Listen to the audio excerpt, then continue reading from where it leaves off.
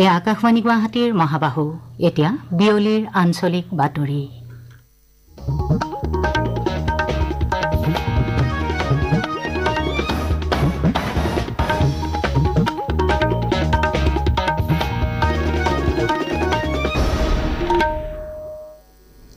এয়া আকাশবাণী গুৱাহাটী বিয়লিৰ আঞ্চলিক বাতৰি পঢ়িছো ৰূপজ্যোতি বৰুৱাই।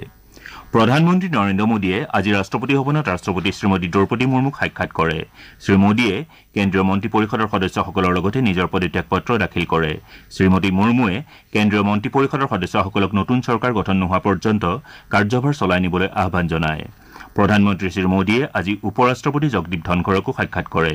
অহা 8 জুনত শ্ৰীমোদীয়ে পুনৰ প্ৰধানমন্ত্ৰী হিচাপে শপত গ্ৰহণ কৰিব।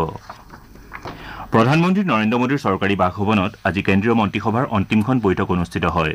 বৈঠকত প্ৰধানমন্ত্ৰী শ্ৰীমোদীয়ে কয় যে বিগত 10 বছৰত চৰকাৰে জনসাধাৰণৰ বাবে ইতিবাচক পদক্ষেপ গ্ৰহণ কৰিছে। এই ধাৰা পৰৱৰ্তী সময়তো অব্যাহত ৰাখিব বুলি তেওঁ মন্তব্য কৰে। জয় পৰাজয় ৰাজনীতিৰ এটা অংশ বুলিও তেওঁ উল্লেখ কৰে।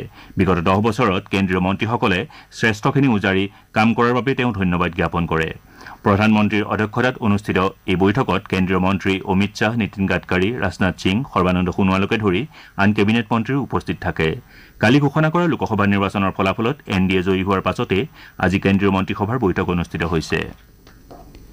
দেশৰ আন আন প্ৰান্তৰ লগতে অসমতো আজি বিশ্ব পৰিৱেশ দিৱস বিস্তৃত কাৰ্যসূচীৰে উদযাপন কৰা হয়।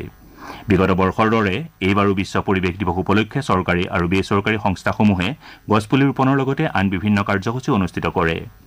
ইলোৰা বিজ্ঞান মঞ্চই জিলা আৰু ৰাজ্যিক ভিত্তিত স্কুলীয়া ছাত্ৰ ছাত্ৰীৰ মাজত বিজ্ঞান প্ৰদৰ্শনীৰ লগতে বিভিন্ন প্ৰতিযোগিতা অনুষ্ঠিত কৰে। আকাশবাণী গুৱাহাটী কেন্দ্ৰই আজি বিশ্ব পৰিৱেশ দিৱস উপলক্ষে মঙলদৈ টাউন হাইস্কুলত এটা পৰিৱেশ সজাগতা অনুষ্ঠানৰ আয়োজন কৰে। এই উপলক্ষে বক্তৃতা অনুষ্ঠানৰ উপৰি ছাত্ৰ ছাত্ৰীসকলৰ মাজত ৰচনা লিখা, পোষ্টাৰ অংকন আৰু কুইজ প্ৰতিযোগিতা অনুষ্ঠিত হয়। ইপিনে গোৱালপাৰা, তামুলপুৰ, বৰপেটা, যোৰহাট, তিনিচুকীয়া, শিৱসাগৰ, কোকৰাঝাৰ, মৰিগাঁও, কামৰূপ মহানগৰ, দৰং, বাক্সা আদি বিভিন্ন জিলাত বিশ্ব পৰিৱেশ দিৱস উদযাপন কৰা হয়। বন বিভাগৰ গোৱালপাৰা সংমণ্ডলৰ উদ্যোগত পৰিৱেশ দিৱস উপলক্ষে উৰপদ বিলত গছপুলি ৰোপণ কাৰ্যসূচী ৰূপায়ণ কৰা হয়। এই গছপুলি ৰোপণ কাৰ্যসূচী অহা 15 জুনলৈ চলিব।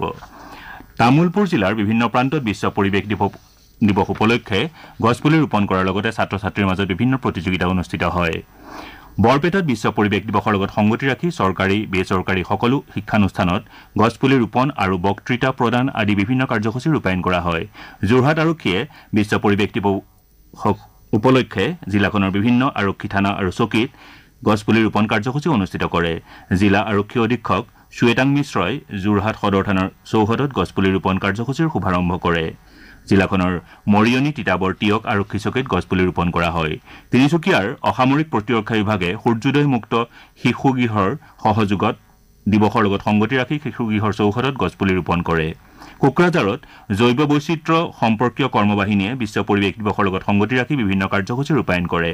আনহাতে কোকৰাঝাৰৰ বিটিচি সচিবালয়তো বিশ্ব পৰিৱেশ দিৱস উপলক্ষে গছপুলি ৰোপণ কৰা হয়।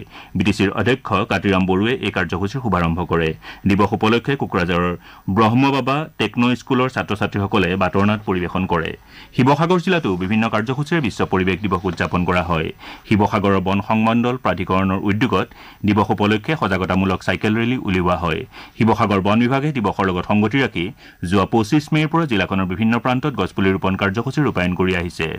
বাক্সা জিলাৰ মানস ৰাষ্ট্ৰীয় উদ্যানত বিশ্ব পৰিৱেশ দিৱস বৰ্ণাঢ্য কাৰ্যসূচীৰে অনুষ্ঠিত হয়।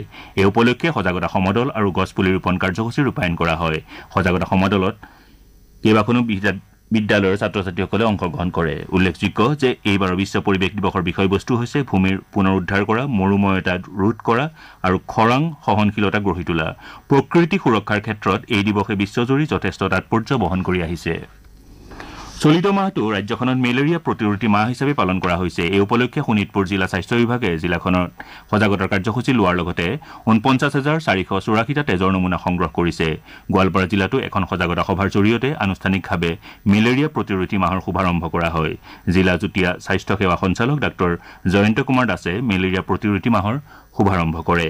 এই মাহটোত মেলেৰিয়াৰ প্ৰাদুৰ্ভাৱ হোৱাৰ সম্ভাৱনীয়তাৰ প্ৰতি লক্ষ্য ৰাখি তেওঁ আশাকৰ্মীৰ লগতে স্বাস্থ্যকৰ্মীসকলক যাৱতীয় ব্যৱস্থা গ্ৰহণৰ নিৰ্দেশ দিয়ে। আমাৰ এতিয়াৰ বাতৰি ইমানতে অন্ত পৰিল।